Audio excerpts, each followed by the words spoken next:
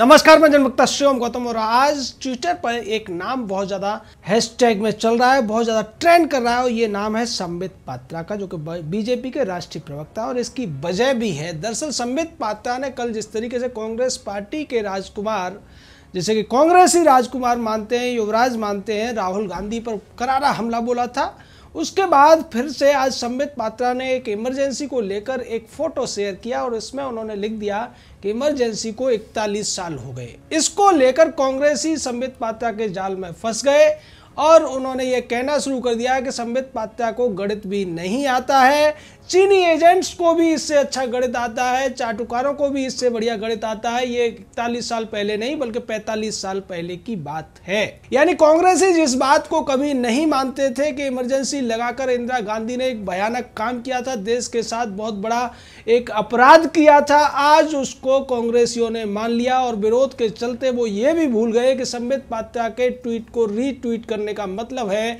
कि वो संबित पात्रा की बात पर मुहर लगा रहे हैं। दरअसल संबित पात्रा ने जो फोटो उस ट्वीट में डाला था उसमें इंदिरा गांधी को गिद्ध के तौर पर दिखाया गया है और उसी गिद्ध के तौर पर इंदिरा गांधी को अब कांग्रेसी रिट्वीट कर रहे हैं अपनी अपनी टिप्पणी लिखकर, और वो संबित पात्रा के ऊपर कटाक्ष भी करते नजर आ रहे हैं। इससे पहले कल संबित पात्रा ने इसी तरीके से एक चाइनीज एजेंट के तौर पर राजदीप सरदेसाई की बहुत ज्यादा बखिया उधेड़ी थी। इसको लेकर भी ट्विटर पर बहुत ज्यादा ट्रेंडिंग चल रही है और राजदीप सरदेसाई को लोग अब चाइनीज एजेंट कह रहे हैं और यहाँ तक कि राजदीप सरदेसाई खुद भी इस मामले में फंसता हुआ नजर आया और उसने भी इस गिद्ध वाले ट्वीट को रीट्वीट करते हुए ये लिख दिया कि यहाँ तक कि चाइनीज एजेंट भी गणित जानते हैं, घटाना जानते हैं, लेकिन संबित पात्रा को घटाना और जोड़ना नहीं आता है। यानी राजदीप सरदेसाई ये भूल गया कि वो भी चाइनीज एजेंट के तौर पर खुद को स्वीकार कर रहा है। दरअसल वजह ये थी कि कल एक डिबेट में संबित पात्रा के साथ कांग्रेस की तरफ से पवन खेड़ा को बिठाया गया था और राजदीप सरदेसाई बार बार ये पूछने की कोशिश कर रहा था कि ऐसी क्या वजह है, प्रधानमंत्री ने सोनिया गांधी को फोन करके क्यों नहीं बताया कि गलवान में क्या चल रहा है, लेह लद्दाख में क्या चल रहा है।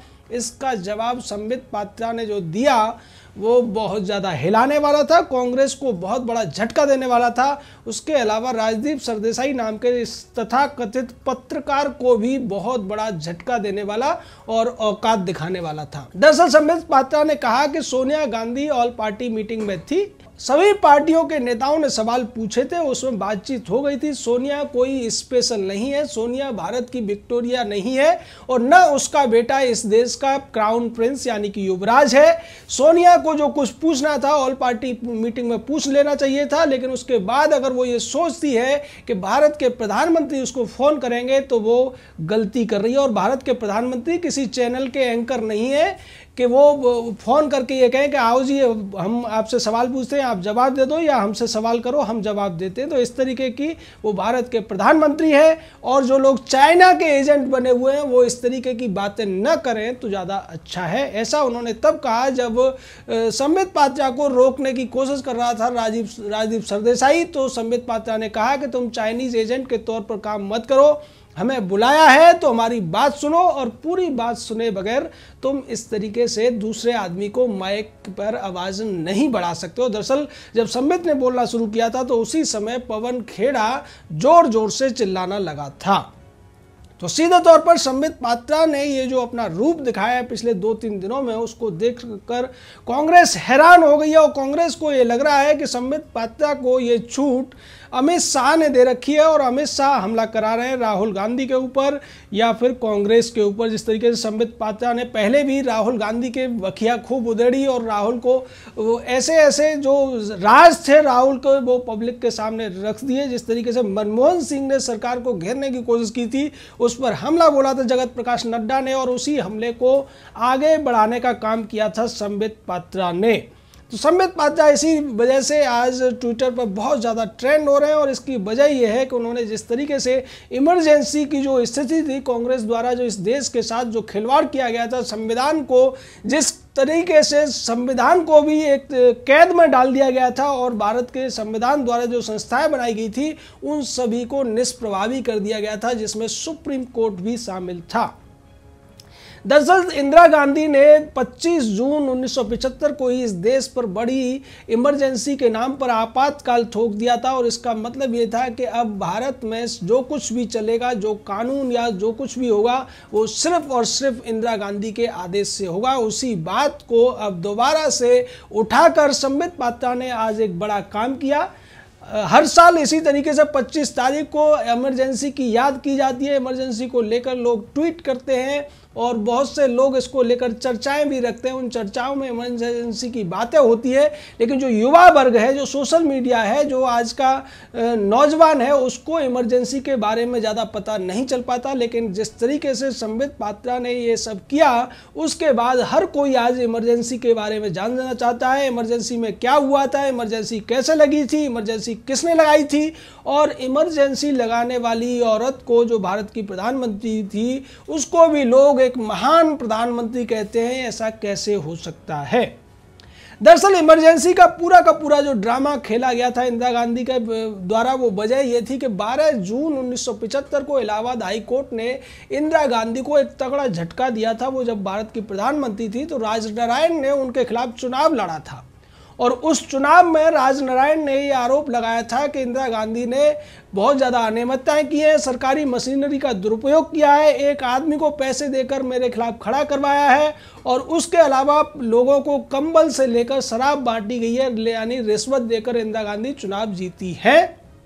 इसके ऊपर इलाहाबाद हाई कोर्ट के जज जगमोहन सिन्हा ने एक फैसला दिया और उन्होंने कह दिया कि जो इंदिरा गांधी ने किया है उसके लिए उनका चुनाव रद्द किया जाता है और इंदिरा गांधी को 6 साल तक के लिए चुनाव लड़ने से भी उन्होंने रोक दिया। जिसके बाद इंदिरा गांधी सुप्रीम कोर्ट जाती है। सुप्रीम कोर्ट से भी इंदिरा गांधी को बहुत ज़्यादा राहत नहीं मिलती, जिसके बाद 25 तारीख को एक बहुत बड़ी रैली रामलीला मैदान में आयोजित की जाती है जयप्रकाश नारायण के द्वारा, जिसमें अटल बिहारी वाजपेयी मुख्य वक्ता के तौर पर आते हैं। और उसमें भीड़ का अंदाजा आप इसी बात से लगा लीजिए कि उस रैली के अंदर जो भीड़ थी वो रामलीला मैदान से लेकर बहादुर शाह जफर मार्ग तक, पूरा इंडिया गेट से तक, दूसरी तरफ जो दिल्ली गेट तक और तुर्कमान गेट से लेकर सारा इलाका लोगों की भीड़ से भरा हुआ था। जिसके बाद इंदिरा बहुत ज़्यादा घबरा गई और उसने उसी रात को देश में आपातकाल की घोषणा कर दी। और उस आपातकाल के बाद जो हुआ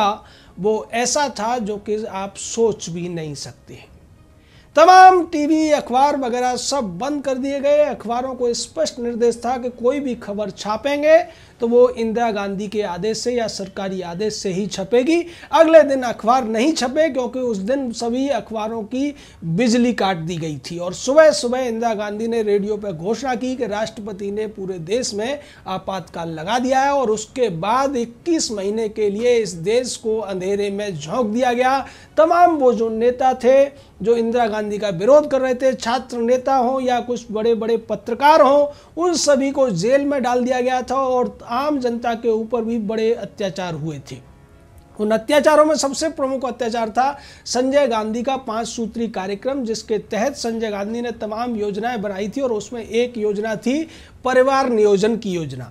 इस परिवार नियोजन की योजना के तहत जो भी जवान आदमी मिलता था या उसको पकड़कर जबरदस्ती अस्पताल ले जाया जाता था और उसकी नसबंदी कर दी जाती थी। नसबंदी का ऐसा दौर था कि लोग घरों से बाहर नहीं निकलते थे, महिलाओं के द्वारा वो सामान मंगाते थे और उसकी वजह यही थी, उन्हें डर लगता था कि अगर बाहर निकलेंगे तो नसबंदी कर दी जाएगी। और इस तरीके से अत्याचार हो रहे थे। नेताओं को पकड़ पकड़ कर जो भी कोई बोलता था इंदिरा के खिलाफ उसको पकड़कर जेल में डाल दिया जाता था और उसकी जमानत भी नहीं होती थी। साथ ही साथ संविधान में जो अधिकार कोर्ट को दिए गए थे कि वो न्यायिक समीक्षा कर सकता है इमरजेंसी की, ऐसा भी नहीं हुआ। संसद भी नहीं चली, जबकि इमरजेंसी लगने के बाद में संसद से उसका अनुमोदन जरूरी है। लेकिन 4 बार इसको बढ़ाया गया राष्ट्रपति के आदेश से और पूरे देश में जिस तरीके से भय स्थिति पैदा कर दी गई इंदिरा गांधी और उसके बेटे संजय गांधी के द्वारा, उसके बाद पूरा देश चीत्कार करने लगा और जो लोग थे, जो छोटे मोटे नेता बचे थे, वो नज़रबंद रहकर या अंडरग्राउंड रहकर वो देश के लोगों को इकट्ठा करने की कोशिश कर रहे थे। लेकिन चूंकि एक तरीके से चाबुक चलता था पुलिस का, सरकारी जो कर्मचारी थे वो असली शासक बन बैठे थे और जो भी कोई बोलने की कोशिश करता था उसको या तो जेल में डाल दिया जाता था या उसको सरेआम पीटा जाता था। तो इस तरीके की इमरजेंसी लगाई थी इंदिरा गांधी ने, जिसको कि आज भी कांग्रेस के लोग एक महान नेता के तौर पर कहते हैं। वो इंदिरा जो अपनी हार को, जो हाई कोर्ट में उसको हार हुई थी, उसको पचा नहीं पाई थी और उसको लेकर उसने पूरे देश को इमरजेंसी की आग में झोंक दिया था। जिसके बाद इमरजेंसी खत्म होने के बाद में जब चुनाव हुए तो इंदिरा गांधी की सत्ता भी उखड़ गई थी, लेकिन उस इमरजेंसी के दौरान लोगों ने जो कष्ट सहे थे, जो परेशानियां झेली थी, उसको कभी भी भुलाया नहीं जा सकता है। और देश के संविधान को जिस तरीके से ताक पर रखने का काम इंदिरा ने किया था, यही वजह थी कि आज संबित पात्रा ने इंदिरा की तुलना गिद्ध से की थी, क्योंकि गिद्ध भी जिस तरीके से लोगों के मरने का इंतजार करता है और मरने के बाद उनको नोच नोच कर खाता है, उसी तरीके से इंदिरा गांधी ने भी देश को तोड़ने का काम किया था, देश को बर्बाद करने का काम किया था। जय हिंद, जय भारत।